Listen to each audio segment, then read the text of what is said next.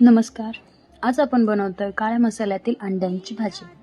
यासाठी आपल्याला लागणार आहे कांदा, कढीपत्ता, हिरवी मिरची, थोडासा पुदिना, डाळवा, खसखस, तीळ, आलं, लसूण आणि खोबरं.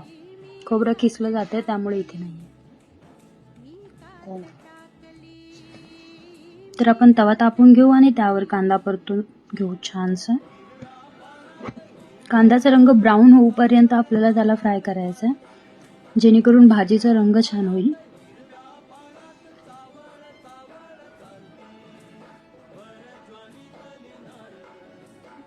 तेल टाकून खसखस, तीळ आणि खोबरं त्यामध्ये छानसं फ्राय करून घेऊया. एक एक करून आपल्याला हिरवी मिरची आणि डाळवा दोन्ही आपल्याला फ्राय करून घ्यायचं आहे. डाळवा जास्त करपवायचा नाहीये, अदरवाईज त्याची टेस्ट खराब होईल.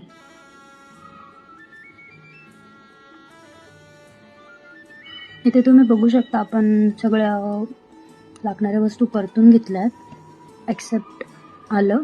ते आपल्याला फ्राय करायचं नाही आहे. चवीनुसार मीठ आणि हळद टाकून घेऊया आणि ह्याची छानशी पेस्ट बनवू.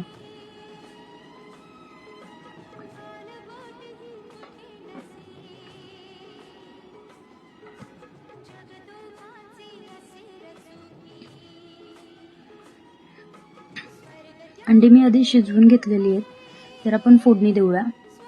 कढीपत्ता तेलामध्ये कढईत छानसे तेल टाकून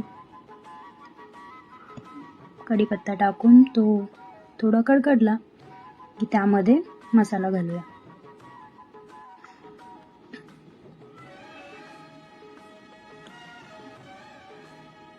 कढई आणि तव्याबद्दल नो कमेंट्स, कारण तो आईच्या माहेरून आलेला आहे.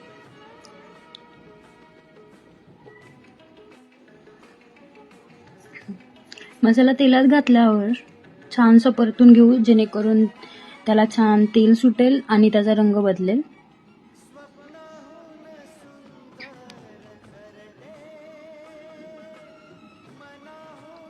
इथे बघू शकतो आपण की छान मसाल्याला तेल सुटलंय आणि त्यामध्ये पाणी घालून जसं तुम्हाला कन्सिस्टन्सी हवी आहे तशी ग्रेव्हीची कन्सिस्टन्सी तुम्ही ठेवू शकता.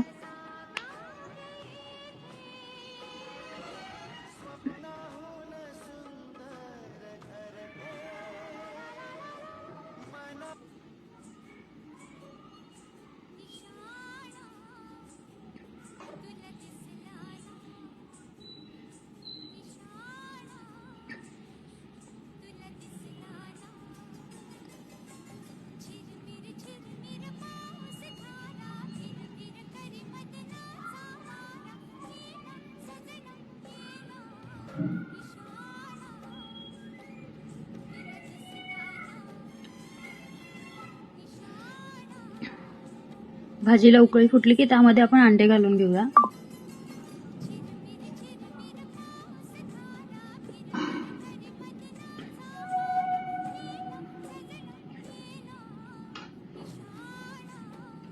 भाजीला तेल सुटूपर्यंत छान उकळून देऊ आणि त्यानंतर ती खाण्यासाठी तयार असेल.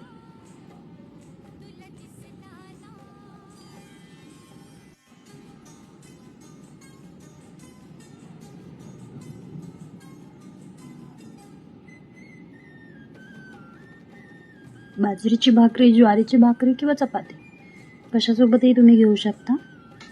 एकदम टेस्टी आणि गावरान पद्धतीची अंड्यांची काळ्या मसाल्यातील भाजी. नक्की ट्राय करा आणि कमेंटमध्ये कळवा. थँक्यू.